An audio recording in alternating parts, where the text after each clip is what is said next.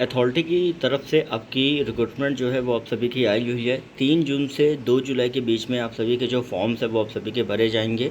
1 अगस्त से 30 सितंबर के बीच में आपका स्टेज 1 एग्जामिनेशन जो है वो कहीं ना कहीं आप सभी का होने वाला है। ठीक है, स्टेज 2 की डेट जो है वो आपको आगे बताई जाएगी। वैकेंसी आपकी आई हुई है डबल AO की, जो कि 4800 पे ग्रेड की है। फिर आपका ASO की आई है, जो कि आपका लेवल 7 की है। ठीक है, फिर इसके बाद आपकी आर्किटेक्ट ट्यूटोरियल असिस्टेंट की, वो भी आपकी लेवल 7 4600 ग्रेड पे की है। लीगल असिस्टेंट की भी लेवल 7 की है। नायब तहसीलदार की भी जो वैकेंसी है वो भी आपकी लेवल 6 की आपकी वैकेंसी 4200 पे ग्रेड की। जूनियर इंजीनियर सिविल में आपकी 4200 पे ग्रेड है। सर्वेयर की 2800 पे ग्रेड की। पटवारी की 2000 पे ग्रेड की। और जूनियर सेक्रेटरीट असिस्टेंट मतलब LDC की 1900 पे ग्रेड की आपकी आई हुई है। ठीक है, तो ओवरऑल अगर यहाँ पे हम बात करें तो यहाँ पे आपको रिजर्वेशन के बारे में दिया गया कि OBC EWS वगैरह सर्टिफिकेट, SC ST की, ये सब पूरा फिजिकल रिक्वायरमेंट यहाँ पे आपको दे दी गई है।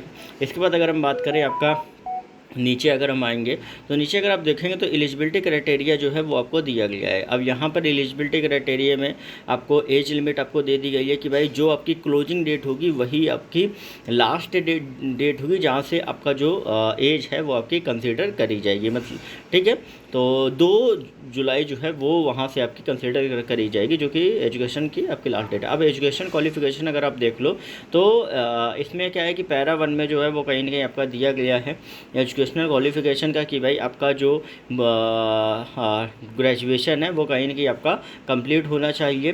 ठीक है, और बाकी सारी चीज़ें अगर हम देखें तो यहाँ पे प्रोफेशनल ये वो। ठीक है, एप्लीकेशन फ़ी जो है वो आपकी 1000 रुपये आपकी रखी गई है।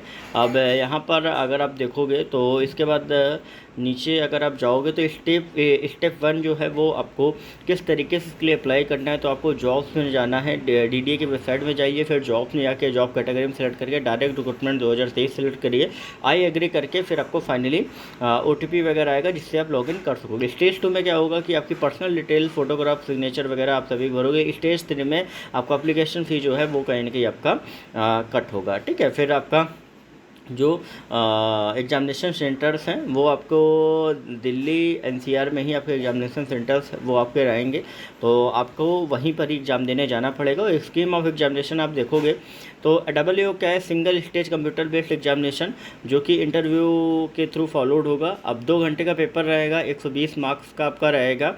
ठीक है, और इसके बाद आपका reasoning aptitude, general awareness, English language वगैरह आएगा। फिर असिस्टेंट सेक्शन ऑफिसर जो होगा वो 2 स्टेज कंप्यूटर बेस्ड एग्जाम होगा, जो कि मल्टीपल चॉइस क्वेश्चन, फिर CPT वगैरह भी आएगा, जिसमें आपका general intelligence 50 marks 25 question, general awareness 50 marks 25 question, can't 50 marks 25 question, English 50 marks 25 question, 200 marks का पेपर होगा। 100 क्वेश्चन आपके आएंगे, 1 घंटे का पेपर रहेगा। इसके बाद आप यहाँ पे देख सकते हो कि जो आपका स्टेज 2 यहाँ पे आपका रहने वाला है, यहाँ पर ASO का।